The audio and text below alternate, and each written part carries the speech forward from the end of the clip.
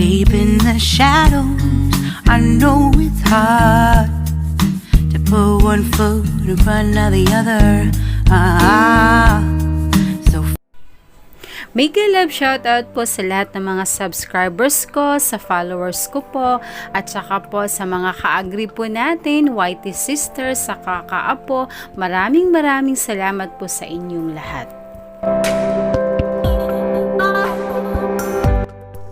Meron po ba kayong ganito sa inyong bahay? Meron po ba kayong mga halaman na ganito sa inyong tahanan at hardin? Ang topic po natin ngayon mga ka-agree ay tungkol sa mga houseplant. Dahil ang isang houseplant ay isang halaman na lumalaki sa loob ng bahay sa mga lugar tulad ng tirahan at tanggapan, lalo na para sa pandekorasyon na layunin. Ngunit ipinakita rin sa mga pag-aaral ng pagkaroon ng positibong zoological na mga epekto. Ang mga houseplant ay mabuti para sa iyong kalusugan at hindi lamang sa kanilang magandang biswal. Bakit? Mahalaga nilang ginagawa ay kabaliktaran ng ginagawa naman kapag huminga tayo. Naglabas ng oxygen at sumisipsip ng carbon dioxide. Hindi lamang ito ay nagpapasariwa sa hangin, ngunit tinatanggal din ang mga nakakapinsalang lason.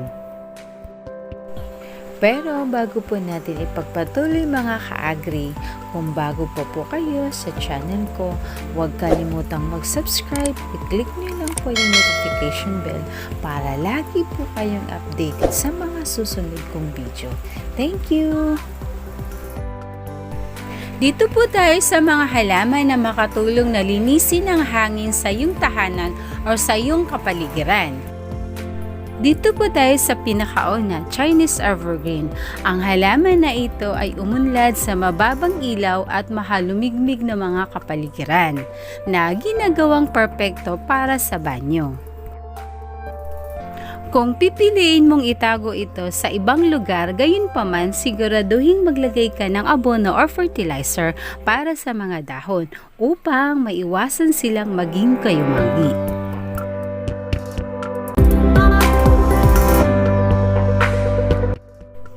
Pangalawa, rubber plant. Ang mga malalaking dahon ng sikat na houseplant na ito ay maaaring makahit-hit na mga nakakasamang kemikal at masisira ito. Ito ay nagagawa din itong matanggal ang mga bakterya sa hangin. Ito ay isang magandang mahusay na low maintenance plant na perpekto para sa mga nagsisimula pa lang sa kanilang koleksyon.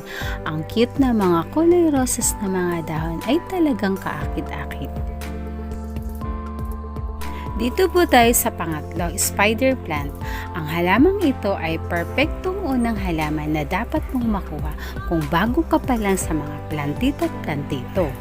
Bukod sa mga kakayahan sa paglilinis ng hangin, ito rin ay isa sa ilang mga halaman na hindi nakakalaso sa inyong mga sanggol. Dito po tayo sa pang-apat, snake plant. Ito ay mainam sa mga hindi nakakatulog sa gabi. Maghanda para sa magandang pagtulog sa halaman na ito sa inyong silid tulugan. Ang halaman na ito na may dilaw na tip ay naglalabas ng oxygen sa gabi na makakatulong sa iyong huminga ng mas mahusay habang ikaw ay naka-snooze. Siguraduhin lamang na hindi mapalubog ang mga ito dahil ang kanilang mga ugat ay maaring mabulok kapag nakalantad sa basang lupa.